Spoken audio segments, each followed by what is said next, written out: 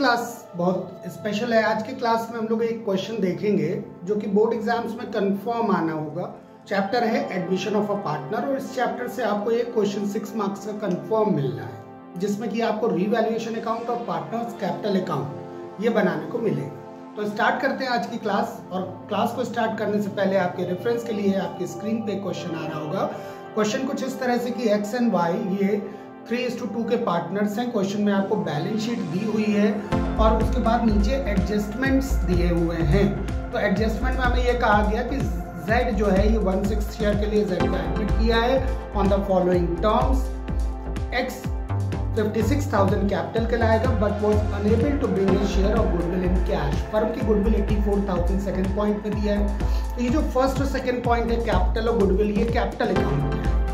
अब इसके बाद रीवैल्यूएशन अकाउंट के पॉइंट्स हमें दिए गए और उससे हमें रीवैल्यूएशन अकाउंट को बनाना है। तो ये दो अकाउंट हम लोग को प्रिपेयर करना है, revaluation account and partners capital.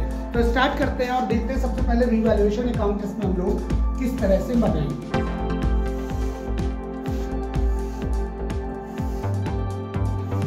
Revaluation account का रूल बड़ा ही सिंपल सा है कि जब भी एडमिशन होगा पार्टनर का या रिटायरमेंट होगा या डेथ होगा, मींस कभी भी फर्म अगर रिकॉन्स्टिट्यूट होती है तो असेट्स और लायबिलिटीज की वैल्यूएशन फिर से की जाएगी और ऐसे में क्या होगा, हम रीवैल्यूएशन अकाउंट को प्रिपेयर करेंगे। अब इसको आप बहुत ही सिंपल वे में याद रख सकते हैं कि अगर असेट इंक्रीज होगा तो इसको हम लोग क्रेडिट करेंगे। तो इंक्रीज इन असेट ये हम क्रेडिट करेंगे। वहीं पे अगर असेट डिक्रीज होगी तो डिक्रीज इन असेट ये हम डेबिट करेंगे।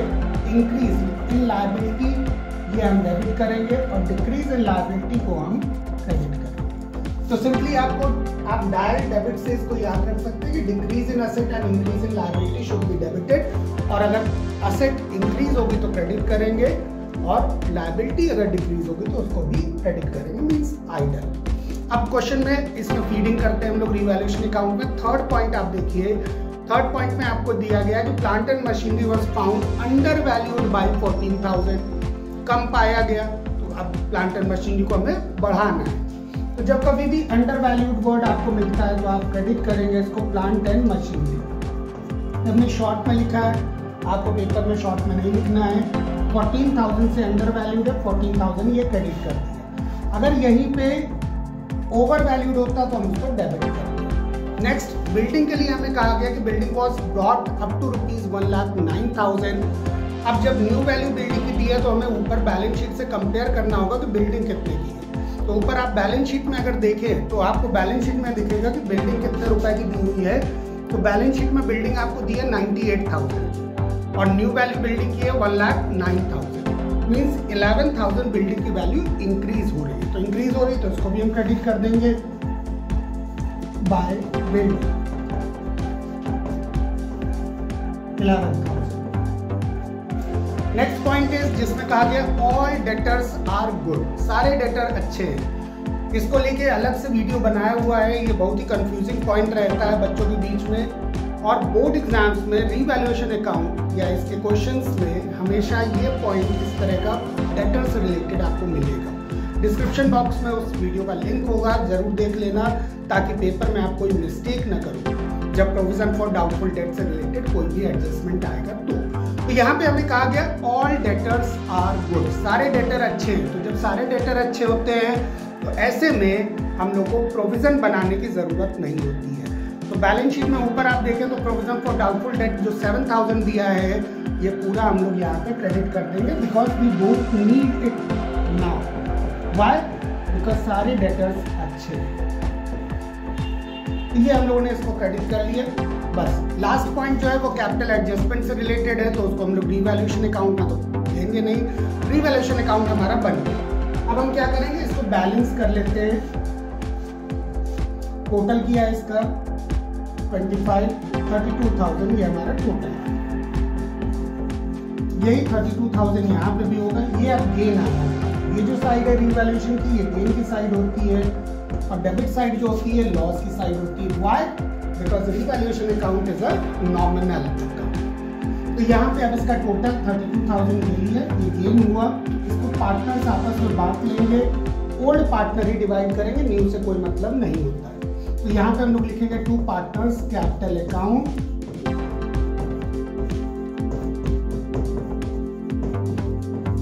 और x और y में जो इनका रेशियो दिया है 3:2, इसमें हम इसको डिवाइड कर लेंगे।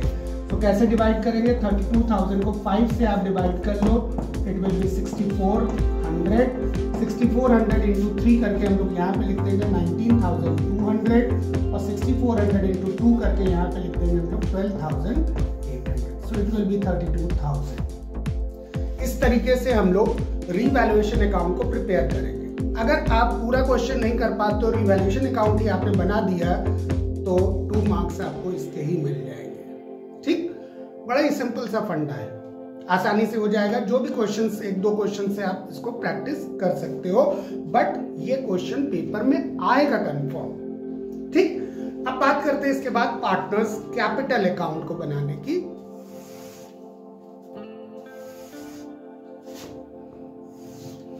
तो यहाँ पे 3 पार्टनर्स हैं, हम लोग 3 कॉलम बना लेंगे एक्स वाई जेड का। एक्स वाई जेड 3 कॉलम इसके बन गए। 3 कॉलम हम लोग इधर बनाएंगे एक्स वाई जेड के लिए। एक्स वाई जेड 3 कॉलम्स इसके बन गए। ये पार्टनर्स कैपिटल अकाउंट हम लोग बनाएंगे यहाँ पे।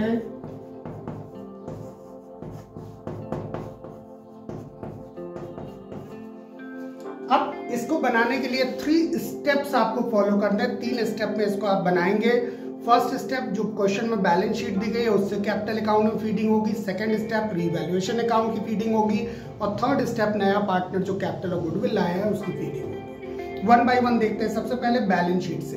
तो बैलेंस शीट की लायबिलिटी साइड से जितनी भी चीजें हैं वो हम इधर लिखेंगे। तो कौन कौन सी चीजें आएंगी? कैपिटल, रिजर्व और प्रॉफिट, 3 चीजें खाली यहाँ पे आएंगी। तो लायबिलिटी साइड आप देखो आपके लेफ्ट हैंड पे होता है, आप अकाउंट में उसको राइट हैंड पे करोगे, मतलब क्रेडिट साइड ही लेंगे इसको। तो यहाँ पे हम लोग लिखते हैं बाय बैलेंस ब्रॉट डाउन। अब आप क्वेश्चन में देखो तो एक्स और वाई की कैपिटल आपको कितनी दी है? 1,19,000 और 1,12,000। तो यहाँ पे हम लोग लिख देंगे 1,19,000, 1,12,000। अब आपको क्या बताया? कैपिटल, रिजर्व और प्रॉफिट, 3 चीजें क्रेडिट होंगी लायबिलिटी साइड से। तो लायबिलिटी साइड पे आप देखो कैपिटल लिख लिया हम लोगों ने। रिजर्व आपको दिया गया है जनरल रिजर्व 14,000। तो 14,000 जनरल रिजर्व को हम लोग यहाँ लिख देंगे बाय जनरल रिजर्व। और ये सिर्फ एक्स और वाई में ही डिवाइड होगा, नए पार्टनर से कुछ भी लेना देना नहीं है। तो एक्स और वाई में 3:1 में इसको डिवाइड करेंगे हम लोग तो 8400 और 5600 ये आ जाएगा। 14,000 को हमें 3:2 में डिवाइड करना है। उसको आप 5 से डिवाइड करोगे, इट विल बी 2800। मल्टीप्लाई कर देंगे 2800 इंटू 3, 2800 इंटू। नाउ अब इसके बाद बात करें असेट साइड पे। आप देखो तो असेट साइड से भी 3 चीजें जाएंगी, गुडविल, प्रिलिमिनरी एक्सपेंसेस, लॉस। इन तीनों में से अगर कुछ भी होगा तो उसको हम लोग यहाँ डेबिट करेंगे पार्टनर्स कैपिटल में। अब आप बैलेंस शीट में देखो तो इन तीनों में से कुछ भी नहीं दिया है। बैलेंस शीट के एसेट साइड में ना गुडविल है, ना प्रिलिमिनरी एक्सपेंस है, ना लॉस है, तो लेना नहीं होता, डेबिट कर याद रखना है। अब सेकेंड फीडिंग हम लोग करेंगे रीवैल्यूएशन अकाउंट से। तो रीवैल्यूएशन अकाउंट में हमारा हुआ है प्रॉफिट, तो उसको हम लोग यहाँ पे क्रेडिट कर देंगे बाय रीवैल्यूएशन अकाउंट। अब आपको रीवैल्यूएशन अकाउंट याद होगा, उसमें हम लोगों ने डेबिट में लिखा था पार्टनर्स कैपिटल को, तो यहाँ क्रेडिट होगा। अगर रीवैल्यूएशन अकाउंट में क्रेडिट साइड पार्टनर्स कैपिटल आता तो यहाँ पे हम लोग डेबिट करते। तो जो भी प्रॉफिट आया है 19,200 एंड 12,800 ये हम यहाँ पे लिख देंगे। तो ये हमारे रीवैल्यूएशन का प्रॉफिट आ गया, एज इट इज हम उसको उतारेंगे। अब आएंगे थर्ड नया पार्टनर जो कैपिटल और गुडविल लाया है। तो जो कैपिटल आया है उसको हम लोग यहाँ पे बाय कैश करके या बाय बैंक करके हम लोग लिख देंगे न्यू पार्टनर के कॉलम में। तो 56,000 ये लेके आया, ये लिख दिया। और नया पार्टनर गुडविल नहीं लाया, अगर गुडविल लाता है तो हम लिखते हैं प्रीमियम फॉर गुडविल। गुडविल नहीं लाया तो इसको हम लोग लिखेंगे करेंट अकाउंट। अब कितना होगा करेंट अकाउंट ये देखिए। तो फर्म की गुडविल हम लोग को दी गई है 84,000, इसका 1/6 14,000 इतना जेड को लाना था जो जेड नहीं लाया है 14,000। अब नहीं लाया है तो उसको हम लोग करेंट अकाउंट के नाम से लिखेंगे, लाता तो प्रीमियम फॉर गुडविल अकाउंट के नाम से लिखते बस। बाकी इसकी डिवीजन वैसे ही होगा जैसे आप करते हैं। तो 14,000 को हम सैक्रिफाइसिंग रेशियो में डिवाइड करेंगे। अब सैक्रिफाइसिंग रेशियो क्योंकि यहाँ पे एक्वायर्ड हमें नहीं दिया है क्वेश्चन में, तो होल रेशियो इज सेक्रीफाइसिंग हो जाएगा, मतलब 3:2 के रेशियो में हम लोग डिवाइड कर देंगे 14,000 जो गुडविल है। So it will be 8400 and 5600। ये हो गई हमारी पूरी फीडिंग। अब इसके बाद क्वेश्चन में लास्ट में आप देखेंगे तो लिखा हुआ है capital of X and Y be adjusted on the basis of Z share and adjustment will be done by opening current account. तो इसका एडजस्टमेंट देखते हैं। अब इसके लिए हम लोग क्या करेंगे कि सबसे पहले फर्म की कैपिटल को कैलकुलेट करेंगे। फर्म्स कैपिटल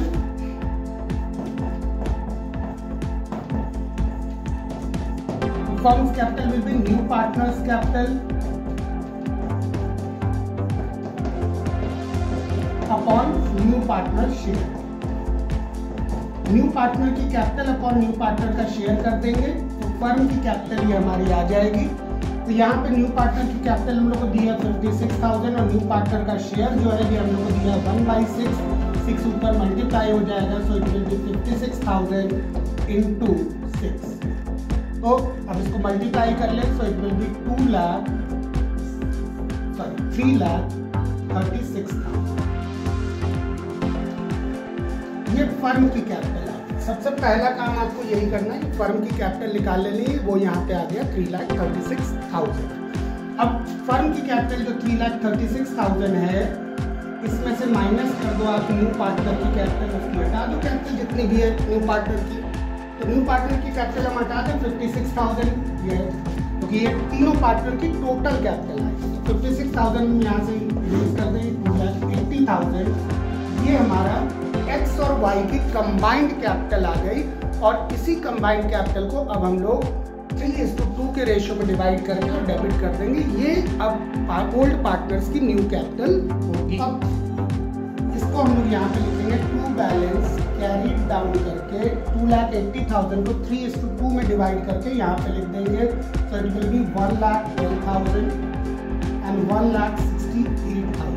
ये इन दोनों की कैपिटल आ गई 1,12,000 और 1,68,000। जेड की कैपिटल उतनी रहेगी, ये चेंज नहीं होना। 56,000 जो यहाँ था वही यहाँ लिखा हम लोगों ने।